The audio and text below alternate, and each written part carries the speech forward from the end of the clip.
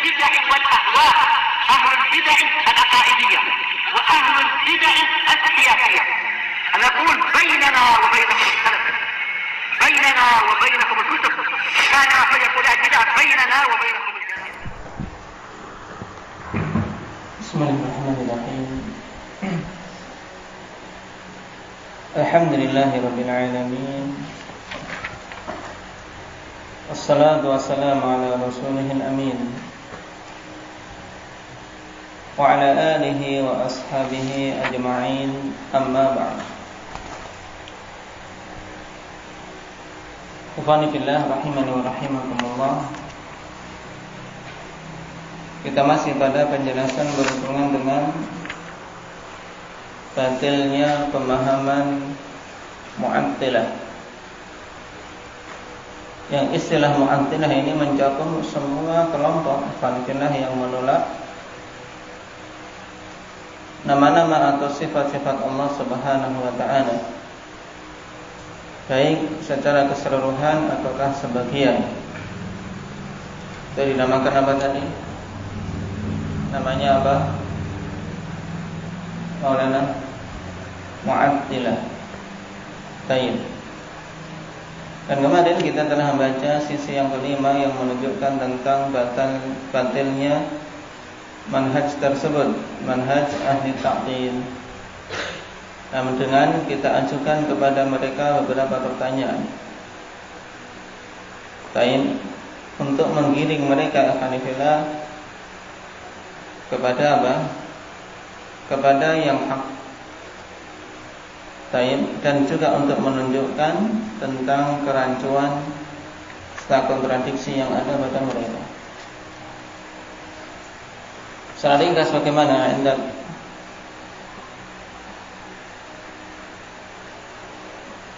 Anda ya Tuan, ringkasnya bagaimana? Sisi yang kelima.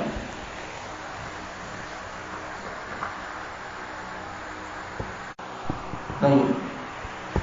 Nah, kemarin Syekh Ibnu Taimiyah rahimahullah taala memberikan contoh dan kita ajukan 7 pertanyaan kepada Mu'attil berhubungan keyakinan mereka terhadap Al-Quran dan Sunnah, yang setiap muslim yang fitrahnya masih benar alhamdulillah tentu akan menjawab dengan benar. Seperti ketika ditanya, apakah engkau lebih tahu tentang Allah daripada Allah sendiri? Tentu jawabannya tidak. Demikian pula ketika ditanya, apakah engkau lebih tahu tentang Allah daripada Rasulnya sallallahu alaihi wasallam? Tentunya jawabannya tidak. Karena setiap muslim meyakini Allah lebih tahu tentang dirinya, dan Rasulullah sallallahu alaihi wasallam adalah manusia yang paling tahu tentang Allah. Demikian pula apakah yang dikhabarkan oleh Allah dan dikhabarkan oleh Rasul sallallahu alaihi wasallam itu sesuatu yang hak? Tentu dia akan menjawab apa? Apa yang akan dia jawab? Indahnya Iqbal. Seorang Mu'attil ditanya, apakah yang dikhabarkan oleh Allah dan Rasulullah SAW itu sesuatu yang hak? Tentu jawabannya iya, mesti iya. Dan ketika ditanya apakah ada yang lebih fasih dan lebih terang perkataannya daripada Allah, tentu jawabannya apa? Tidak ada.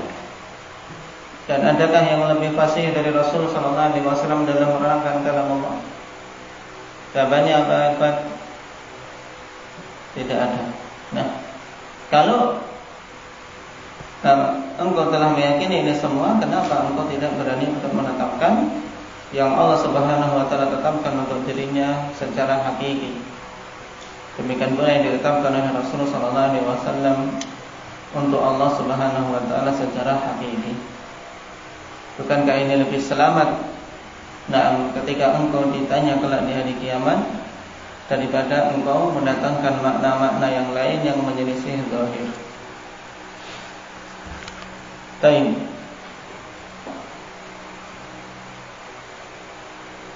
Dan kemarin kita baca sisi yang keenam bahwasanya ahlu ta'til memiliki kelaziman yang batil. Nah, dan kelaziman yang batil menunjukkan batilnya perkara tersebut. Kita baru mengambil satu kelaziman, apa itu Rifki?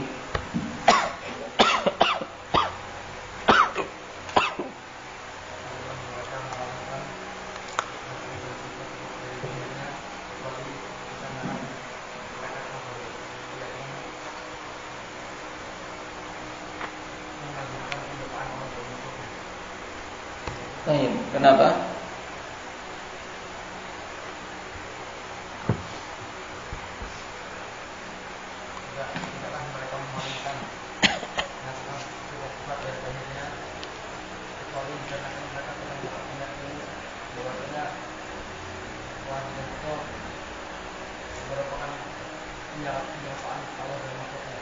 Baik.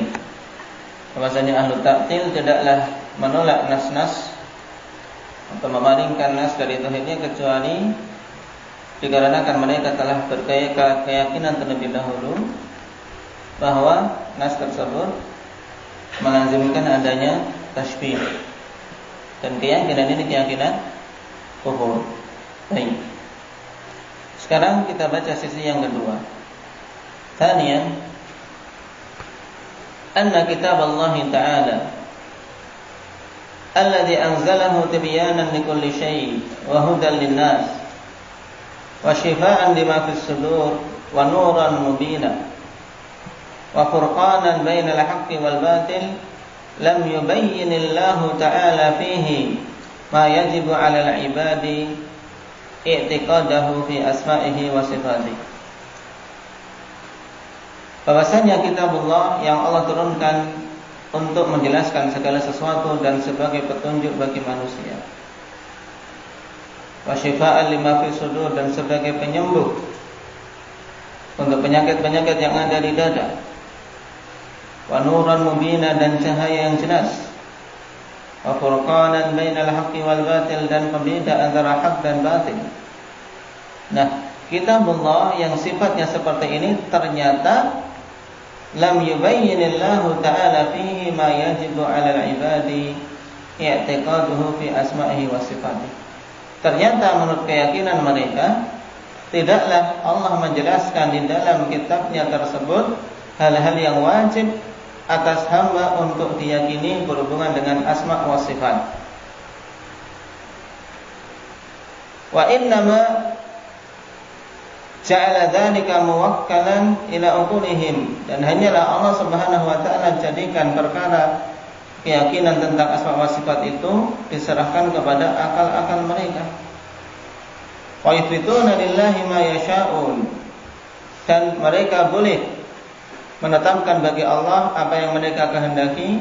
Wa yunkiruna ma la yuridun, dan mereka boleh mengingkari apa yang tidak mereka inginkan. Yang seperti ini benar atau salah? Indah Ahmad, salah, jelas kebatilannya. Wa hadza dhahirul butlan, dan ini sangat jelas kebatilannya.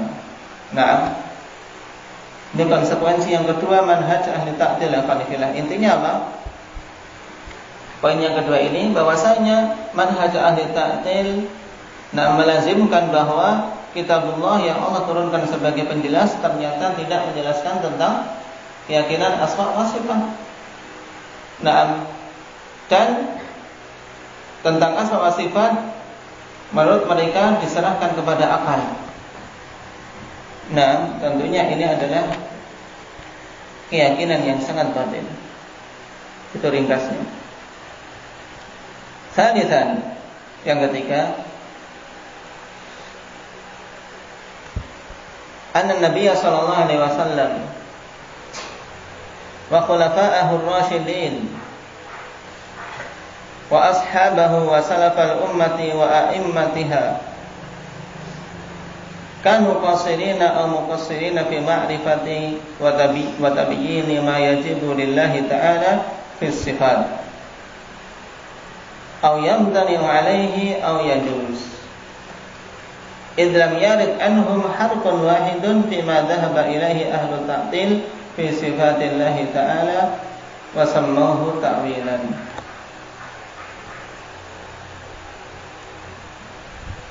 Konsekuensi yang ketiga, menurut mereka berarti ikhwanifillah bahwasanya Nabi dan khulafaur rasyidin serta para sahabat dan salaful ummah, mereka orang-orang yang kurang pengetahuannya dan kurang dalam menjelaskan tentang apa-apa yang wajib bagi Allah berupa sifat-sifat, dan apa-apa yang terlarang bagi Allah, dan apa-apa yang mungkin bagi Allah. Sebab tidak datang dari mereka sama sekali satu huruf pun yang yang ahlu ta'til meyakininya, yang dikenal dengan istilah ta'wil. Jadi maksudnya apa, ikhwanifillah? Poin yang ketiga berarti mereka menuduh Nabi dan salafus saleh yang adalah orang-orang yang tidak paham tentang asma wa sifat dan juga tidak menerangkan tentang asma wa sifat. Kenapa? Karena mereka tidak pernah melakukan ta'wil. Itu ini. Wahina idin bima an yakuna Nabi sallallahu alaihi wasallam wa khulafa'uhu ar-rasyidun wa salaful ummati wa a'immatuha qasirina li jahlihim bidzalik wa 'ajzihim an ma'rifati aw muqassirina li adami bayanihim lil ummah wa kilal amrayni batil. Maka dengan demikian kemungkinannya Nabi dan para khulafa ar-rasyidin dan para salaf itu mereka jahil karena tidak mengetahui tentang sifat-sifat Allah yang benar, atau mereka mereka menyepelekan sehingga tidak menerangkan kepada umat. Mana yang benar dari dua kemungkinan ini, Maulana? Tidak ada yang benar, kedua-duanya batil. Nah, berarti jelas batilnya pendapat mereka. Kenapa? Karena konsekuensinya mereka menganggap Nabi dan para salaf itu kemungkinannya jahil atau orang yang tidak mau menerangkan. Paham? Nah, kalau seandainya yang dibawa oleh ahlu ta'til itu benar, tentu Nabi akan menjelaskan dan para salaf juga akan menjelaskan. Itu intinya. Rabi'an, anna kalam Allahi wa rasulihi laisa marja'an lin-nasi fi ma ya'taqidunahu fi rabbihim wa ilahihim alladhi ma'rifatuhum bihi min ahli ma ja'at bihi syara'i. Nah, di sini ada kekeliruan, tulis sawabuhu min ahammi, bukan ahli. Min ahammi, di situ ahlun diganti lamnya itu diganti mim, min ahammi. Paham? Yang keliru paham? Yang punya kitab dibetulkan. Baik, di situ sudah ada angka 2 itu yang di situ yang disalahkan itu. Nah, yang benar ahami. Berarti kita ulangi. Anna kalam Allahi wa rasulihi laisa marja'an lin-nasi fi ma ya'taqiduna fi rabbihim wa ilahihim alladhi ma'rifatuhum bihi min ahammi ma ja'at bihi syara'i'un bal huwa zubdatur risalah. Konsekuensi yang keempat, bahwasanya kalamullah dan kalam Rasulnya bukanlah menjadi marja, menjadi sumber hukum bagi manusia pada hal-hal yang mereka yakini berhubungan dengan Rabb mereka. Padahal pengetahuan tentang Allah Subhanahu wa taala yang berupa sifat-sifat dan nama-namanya merupakan perkara yang paling penting yang syariat ini datang dengannya. Bahkan ini merupakan zubdatur risalah, merupakan inti dari risalah yang Allah utus para rasul. Fa innamal marja'u tilkal 'uqul al-muqtaribah al-mutanaqidah wa ma khalafaha. Nah, dan hanyalah yang menjadi marji', menjadi sumber dalam permasalahan sifat-sifat Allah adalah akal-akal yang senantiasa guncang dan saling bertentangan, dan apa-apa yang menyelisihi dalil wa ma khalafaha, dan apa-apa yang menyelisihi Alkitab dan Sunnah. Jadi yang menjadi sumber adalah akal dan apa yang menyelisihi Al-Quran dan Sunnah. Tentunya ini jelas konsekuensi yang batil. Keempat ini maksudnya paham? Yaitu intinya apa? Mazhab ahli ta'til berarti konsekuensinya bahwasanya kalam Allah dan kalam Rasulnya bukan menjadi rujukan bagi manusia dalam asma wa sifat, tapi rujukannya adalah akal. Tentunya ini keyakinan yang batil. Fasabiluhu at-takdzibu in wajadu ila dzalika sabila aw at-tahrif alladhi yusammunahu ta'wilan in lam yatamakkanu min takdzibi. Maka jalan mereka untuk menolak Al-Quran dan Sunnah adalah dengan mendustakannya kalau mereka mendapati jalan untuk mendustakannya, atau dengan memalingkan menuju makna yang lain yang mereka namakan dengan takwil apabila mereka tidak mampu untuk mendustakannya. Ini khamisan, konsekuensi yang kelima, annahu yalzamu minhu jawazu nafsi ma athbatahu Allah wa rasuluh.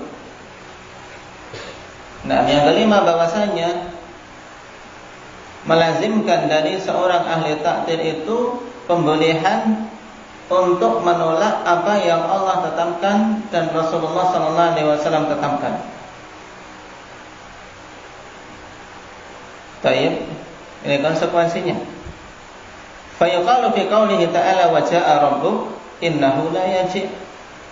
Maka dikatakan pada firman Allah Subhanahu wa taala wa ja'a rabbuk. Di sini Allah menetapkan apa? Ahmad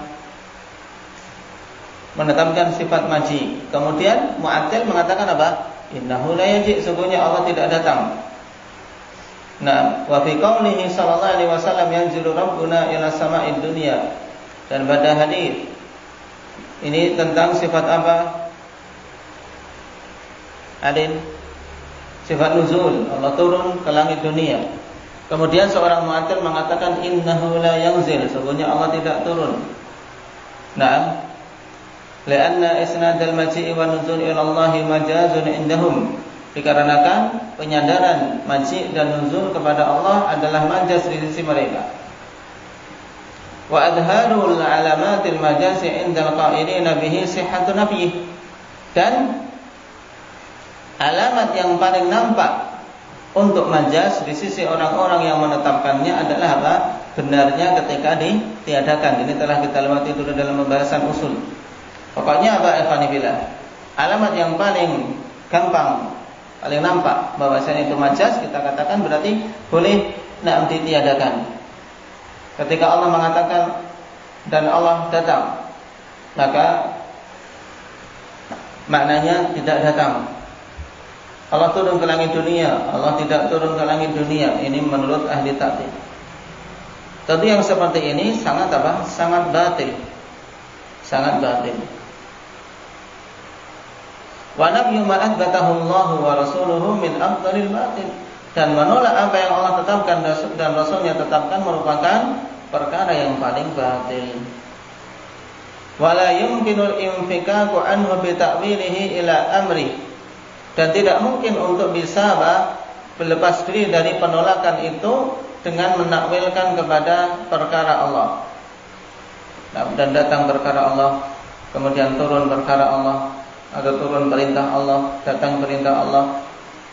Ini alasan mereka bahwasanya wajah Rabbuk maksudnya perintah Allah.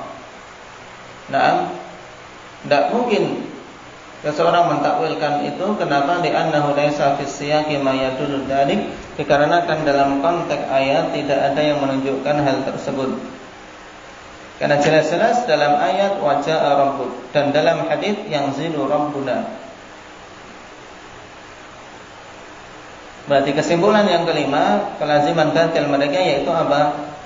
Bahwasanya ahlu ta'til, prinsip mereka melazimkan bolehnya seorang menolak apa-apa yang Allah tetapkan dan Rasulnya tetapkan.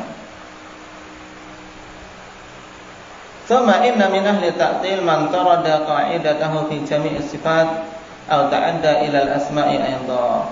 Kemudian di antara ahli ta'til ada orang-orang yang memukul rata kaidahnya. Jadi kaidahnya diratakan, jadi menolak semuanya. Sampai-sampai apa melampaui batas untuk menolak nama-nama Allah Subhanahu wa taala juga. Sehingga Allah itu tidak ada nama, tidak ada sifat. Maka sebagaimana dikatakan oleh salaf kita bahwasanya Mu'attilah yang seperti ini beribadah kepada apa? Beribadah kepada apa, Umar? Yang menolak semua nama dan semua sifat. Berarti hakikatnya mereka beribadah kepada sesuatu yang tidak ada. Na'am ya'buduna adaman. Beribadah pada sesuatu yang tidak ada. Wa minhum man tanaqadha fa athbata ba'd as-sifati duna ba'din. Sebagian mereka lagi ada golongan yang tanaqad, yaitu yang saling bertolak belakang pemikirannya. Kenapa? Karena menetapkan sebagian sifat dan menolak sifat yang lain. Ini tentunya bertolak belakang. Kalau Asy'ariyah, seperti Asy'ariyah yang paling banyak dianut di negeri kita. Wal Maturidiyah, demikian pula Maturidiyah. Naam. Taib. Pengikut dari Mansur Al-Maturidi, Abil Mansur Al-Maturidi. Kalau Asy'ariyah pengikut Abul Hasan Al-Asy'ari, walaupun beliau di akhir hidupnya ikhwani fillah telah taubat dari pemahaman tersebut. Karena sempat Abul Hasan ini berpindah-pindah dari akidah satu ke akidah yang lain. Dan alhamdulillah Allah berikan taufik di akhir hidupnya ikhwani fillah sehingga bertobat dari pemahaman tersebut dan kembali ke manhaj ahli sunnah. Sehingga mengarang kitab yang membeberkan ikhwani fillah tentang apa? Batilnya manhaj dia dulu sebagai bentuk rujuk dia. Dan ini seharusnya seorang yang rujuk dengan jujur ikhwani fillah, dia berusaha untuk menerangkan kebatilan-kebatilan yang dulu dianut sebagai bentuk bara'ah. Beliau mengarang Al-Ibanah fi Ushulid Diyanah. Untuk apa? Untuk mengingkari manhaj dia yang dulu. Tapi karena sudah terlanjur tersebar, nisbah ini tetap dinisbahkan kepada dia. Inilah bahayanya kalau seorang menyebarkan sesuatu yang batil. Sudah bertobat pun afanifillah tetap ada orang-orang yang mengikuti kebatilannya. Tayyib. Nah, Al-Asy'ariyah dan Maturidiyah, mereka yang paling banyak tanakutnya, paling banyak kerancuan, ketidaksinkronan. Kenapa? Karena athbatu ma athbatuhu bi hujjatin anal aqla yadullu alaih. Mereka menetapkan apa yang mereka tetapkan dengan alasan bahwasanya akal menunjukkan hal tersebut. Wa nafa'u ma nafa'uhu bi hujjatin anal aqla yanfihi aw la yadullu alaih. Dan mereka menolak atau meniadakan apa-apa yang mereka tiadakan dengan alasan bahwasanya akal menolak. Tayyib, atau akal tidak menunjukkan tentang tetapnya hal tersebut. Alasannya itu. Maka caranya mudah untuk Asy'ariyah ikhwanifillah. Fanaqulu lahum, tayyib, maka kita katakan kepada mereka, nafyukum lima nafaitumuhu bihujjatin annal aqla la yadullu alaih yumkinu itsbatuhu bittariqil aqli alladhi athbattum bihi ma athbattumuhu kama huwa thabitun bidalilis sam'i. Kita katakan bahwasanya penafian kalian terhadap sifat-sifat yang kalian nafikan dengan alasan akal tidak menunjukkannya mungkin juga untuk ditetapkan dengan jalan akal. sebagaimana kalian telah menetapkan pada sifat-sifat yang kalian tetapkan. Nah, sebagaimana hal tersebut telah tetap dengan dalil sam'i. Jadi apa kita katakan yang kalian tiadakan itu sebenarnya juga bisa ditetapkan dengan akal sebagaimana kalian tempuh. Nah, misalnya, contohnya annahum atsbatu sifatal iradah wa nafau sifatar rahmah. Mereka menetapkan sifat iradah dan meniadakan sifat rahmah. Baik. Atsbatu sifatal iradah li dalalati sam'i wal aqli 'alaiha. Mereka menetapkan sifat iradah karena apa? Dalil sam'i dan aqli. Amma sam' faminhu qawluhu ta'ala walakinnallaha yaf'alu ma yurid. Ini tentang sifat iradah. Baik. Dan mereka ikhwan fillah menjadikan dalil sama hanya mengikut saja, mengikut dalil aqli. Berbeda dengan ahli sunnah.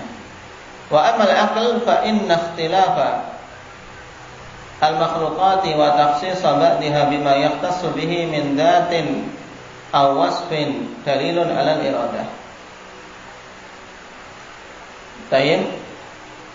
Adapun secara akal menurut mereka sesungguhnya perbedaan makhluk-makhluk dan kekhususan sebagian makhluk dengan sesuatu yang khusus berupa zat yang khusus, sifat yang khusus ini dalil yang menunjukkan tentang adanya iradah, adanya kehendak Allah.